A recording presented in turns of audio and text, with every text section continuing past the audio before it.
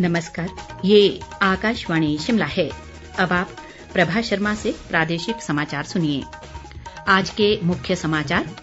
मुख्यमंत्री सुखविंदर सिंह सुक्खू ने कहा, विधानसभा सत्र में राज्य की आर्थिक स्थिति पर श्वेत पत्र लाएगी सरकार।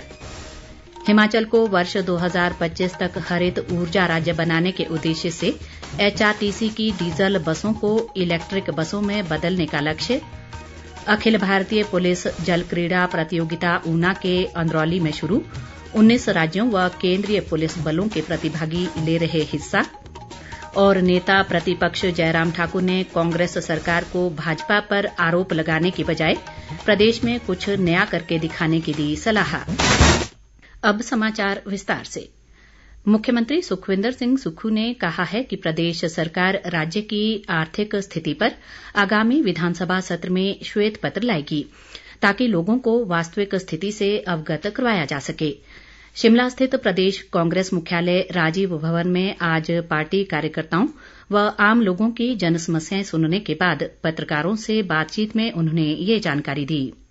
मुख्यमंत्री ने कहा कि राज्य की आर्थिक स्थिति में सुधार के लिए सरकार सकारात्मक दृष्टिकोण से आगे बढ़ रही है, ताकि लोगों की आकांक्षाओं को पूरा किया जा सके। सुखविंदर सिंह सुक्खू ने नेता प्रतिपक्ष को कोई भी आरोप लगाने से पहले पूर्व भाजपा सरकार के 5 वर्षों के कार्यकाल का आत्मविश्लेषण करने की सलाह दी। मुख्यमंत्री ने कहा कि वर्तमान सरकार को 75,000 करोड़ रुपए का ऋण और 11,000 करोड़ रुपए सरकारी कर्मचारियों के एरियर की देनदारी विरासत में मिली है। उन्होंने कहा कि विधानसभा चुनाव में कांग्रेस द्वारा लोगों को दी गई सभी 10 गारंटियां पूरी करने के प्रति सरकार दृढ़ संकल्प है। मुख्यमंत्री ने कहा कि सरकार और संगठन के बीच तालमेल को और मजबूत करने के लिए हर माह पार्टी मुख्यालय में कार्यकर्ताओं व मंत्रियों के बीच आपसी चर्चा के लिए बैठकें आयोजित की जाएंगी। इस पहल की शुरुआत करते हुए सुखविंदर सिंह सुक्खू आज लगभग 3 घंटे तक पार्टी कार्यालय में मौजूद रहे। इस दौरान उन्होंने विभिन्न प्रतिनिधि मंडलों, पार्टी कार्यकर्ताओं और आम लोगों की अधिकांश समस्याओं का मौके पर निपटारा किया। इस अवसर पर प्रदेश कांग्रेस अध्यक्ष प्रतिभा सिंह सहित अन्य वरिष्ठ नेता मौजूद रहे। प्रदेश को वर्ष 2025 तक हरित ऊर्जा राज्य बनाने और कार्बन उत्सर्जन को कम करने के लिए राज्य सरकार ने हिमाचल पथ परिवहन निगम की डीजल बसों के बेड़े को चरणबद्ध तरीके से इलेक्ट्रिक बसों से बदलने का लक्ष्य निर्धारित किया है। मुख्यमंत्री सुखविंदर सिंह सुक्खू ने आज शिमला में विभिन्न इलेक्ट्रिक वाहन निर्माण कंपनियों के प्रतिनिधियों के साथ आयोजित बैठक की अध्यक्षता करते हुए ये बात कही। उन्होंने कहा कि प्रदेश सरकार अंतर जिला मार्गों पर ई बसें चलाने की योजना बना रही है। सुखविंदर सिंह सुक्खू ने इलेक्ट्रिक वाहन निर्माण कंपनियों से हिमाचल स्पेसिफिक प्रोटोटाइप इलेक्ट्रिक बसें डिजाइन करने का आग्रह किया। उन्होंने कहा कि राज्य सरकार परवाणु, नालागढ़, ऊना, हमीरपुर, नादौन, देहरा राजमार्ग को क्लीन एंड ग्रीन कॉरिडोर बनाने की योजना बना रही है और इसके लिए आवश्यक अधोसंरचना तैयार की जाएगी। मुख्यमंत्री ने कहा कि राज्य परिवहन विभाग देश का पहला ऐसा विभाग है जिसने पूरी तरह से इलेक्ट्रिक वाहनों को अपनाया है। बैठक में मुख्य सचिव प्रबोध सक्सेना और एचआरटीसी के प्रबंध निदेशक संदीप कुमार सहित अन्य वरिष्ठ अधिकारी मौजूद रहे। मुख्यमंत्री सुखविंदर सिंह सुक्खू के निर्देशों पर शिमला जिला प्रशासन ने दुर्घटना में गंभीर रूप से घायल डोडरा कवार से 2 व्यक्तियों को एयरलिफ्ट कर आईजीएमसी शिमला लाया है। घायलों की चिकित्सा देखभाल के लिए अन्नाडेल हेलीपैड शिमला में विशेष पैरामेडिक्स और एम्बुलेंस तैनात की गई थी। दोनों घायलों का उपचार किया जा रहा है। स्वास्थ्य व जल शक्ति विभाग के आउटसोर्स कर्मचारी संघ के एक प्रतिनिधिमंडल ने आज शिमला में मुख्यमंत्री सुखविंदर सिंह सुक्खू से भेंट की और उन्हें अपनी विभिन्न मांगों से अवगत करवाया। प्रतिनिधिमंडल ने मुख्यमंत्री से आउटसोर्स कर्मचारियों के लिए नीति बनाने का आग्रह किया। मुख्यमंत्री ने प्रतिनिधिमंडल को आश्वासन दिया कि प्रदेश सरकार उनकी जायज मांगों पर सहानुभूतिपूर्वक विचार करेगी। कैबिनेट मंत्रियों जगत सिंह नेगी, रोहित ठाकुर व मुख्य संसदीय सचिव रामकुमार चौधरी ने रसोई गैस की कीमतों में वृद्धि करने पर केंद्र सरकार की कड़ी आलोचना की है।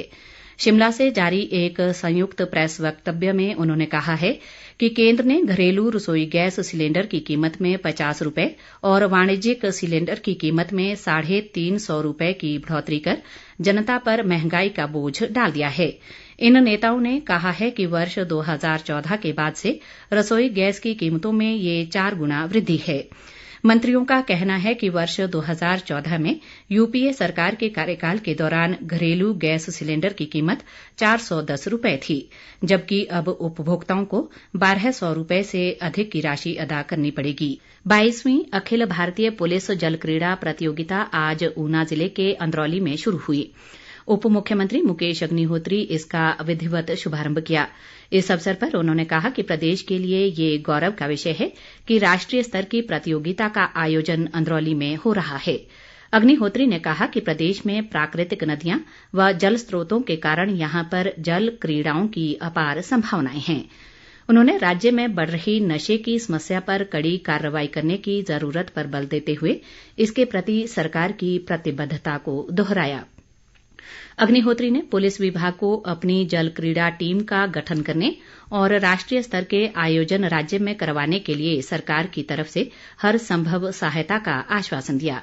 इस अवसर पर पुलिस महानिदेशक संजय कुंडू सहित अन्य वरिष्ठ पुलिस अधिकारी व अन्य गणमान्य लोग मौजूद रहे। 6 मार्च तक चलने वाली इस प्रतियोगिता में 19 राज्यों व केंद्रीय पुलिस बलों के 450 से अधिक प्रतिभागी हिस्सा ले रहे हैं। इसमें 10 महिला टीमें भी शामिल हैं। हिमाचल पुलिस द्वारा पहली बार जल क्रीड़ा के क्षेत्र में इस तरह की राष्ट्रीय प्रतियोगिता का आयोजन किया जा रहा है। इस बीच उप मुख्यमंत्री मुकेश अग्निहोत्री ने आज ऊना जिला के अंदरौली में निर्माणाधीन एथनो बॉटनिकल पार्क का निरीक्षण किया। इस दौरान उन्होंने संबंधित अधिकारियों को निर्माण कार्य प्राथमिकता के आधार पर जल्द पूरा करने के निर्देश दिए ताकि लोगों को इसका लाभ मिल सके। प्रदेश सरकार राज्य के सभी शैक्षणिक संस्थानों में गुणवत्ता युक्त शिक्षा प्रदान करने और बच्चों के शारीरिक व मानसिक विकास के लिए खेलकूद को बढ़ावा देने के लिए प्रतिबद्ध है। युवा सेवाएं व खेल मंत्री विक्रमादित्य सिंह ने आज राजकीय आदर्श वरिष्ठ माध्यमिक विद्यालय शोघी के वार्षिक समारोह में बतौर मुख्य अतिथि अपने संबोधन में ये बात कही। विक्रमादित्य सिंह ने कहा कि स्कूल में अध्यापकों के खाली पदों को शीघ्र भरा जाएगा। उन्होंने कहा कि शिमला ग्रामीण विधानसभा क्षेत्र के विकास में कोई कसर नहीं छोड़ी जाएगी। विक्रमादित्य सिंह ने कहा कि शोघी में बंद हुए विद्युत सब डिवीजन को खोलने के लिए नए तरीके से सर्वे किया जाएगा। खेल मंत्री ने कहा कि ग्रामीण क्षेत्रों में खेलों को बढ़ावा देने के लिए एक कार्य योजना तैयार की जा रही है और खेलो इंडिया योजना के माध्यम से भी गांव स्तर पर खेलों को बढ़ावा दिया जाएगा। प्रदेश भाजपा ने नागालैंड और त्रिपुरा विधानसभा चुनावों में भाजपा की जीत का आज शिमला में जश्न मनाया। इस अवसर पर नेता प्रतिपक्ष जयराम ठाकुर विशेष रूप से मौजूद रहे। उन्होंने कहा कि त्रिपुरा और नागालैंड में भाजपा का बेहद अच्छा प्रदर्शन रहा है। जयराम ठाकुर ने इस जीत पर प्रधानमंत्री नरेंद्र मोदी, गृह मंत्री अमित शाह और पार्टी के राष्ट्रीय अध्यक्ष जगत प्रकाश नड्डा को शुभकामनाएं दी। उन्होंने हिमाचल में कांग्रेस सरकार द्वारा लाए जाने वाले श्वेत पत्र का स्वागत करते हुए कहा कि भाजपा श्वेत पत्र पर खुली चर्चा के लिए तैयार है। जयराम ठाकुर ने राज्य सरकार द्वारा प्रदेश में ऋण संबंधी प्रस्तुत किए जा रहे आंकड़ों को गलत बताते हुए कहा कि मुख्यमंत्री को आरोप लगाने की बजाय प्रदेश में कुछ नया करके दिखाना चाहिए। उन्होंने आरोप लगाया कि प्रदेश में जब से कांग्रेस सरकार बनी है सभी विकास कार्य ठप हो गए हैं। जयराम ठाकुर ने कहा कि भाजपा ने हिमाचल में कई जन कल्याणकारी योजनाएं शुरू की थी, लेकिन कांग्रेस सरकार इन योजनाओं में विघ्न डालने का प्रयास कर रही है। इस अवसर पर पूर्व मंत्री सुरेश भारद्वाज और भाजपा विधायकों सहित अन्य पार्टी पदाधिकारी भी मौजूद रहे। इस बीच वरिष्ठ भाजपा नेता व पूर्व मुख्यमंत्री प्रेम कुमार धूमल ने कहा है कि पूर्वोत्तर राज्यों ने केंद्र की गरीब कल्याण योजनाओं व जनहितकारी नीतियों पर मुहर लगाई है। उन्होंने मेघालय, नागालैंड और त्रिपुरा राज्यों के चुनाव परिणामों में भाजपा व सहयोगी दलों को मिली एक तरफा जीत पर ये प्रतिक्रिया व्यक्त की है।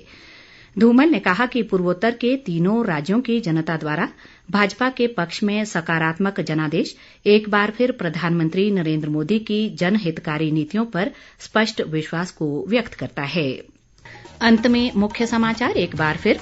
मुख्यमंत्री सुखविंदर सिंह सुक्खू ने कहा, विधानसभा सत्र में राज्य की आर्थिक स्थिति पर श्वेत पत्र लाएगी सरकार। हिमाचल को वर्ष 2025 तक हरित ऊर्जा राज्य बनाने के उद्देश्य से HRTC की डीजल बसों को इलेक्ट्रिक बसों में बदलने का लक्ष्य। अखिल भारतीय पुलिस जल क्रीड़ा प्रतियोगिता ऊना के अंदरौली में शुरू, 19 राज्यों व केंद्रीय पुलिस बलों के प्रतिभागी ले रहे हिस्सा। और नेता प्रतिपक्ष जयराम ठाकुर ने कांग्रेस सरकार को भाजपा पर आरोप लगाने की बजाय प्रदेश में कुछ नया करके दिखाने की दी सलाह। इसी के साथ ये समाचार बुलेटिन समाप्त हुआ। नमस्कार।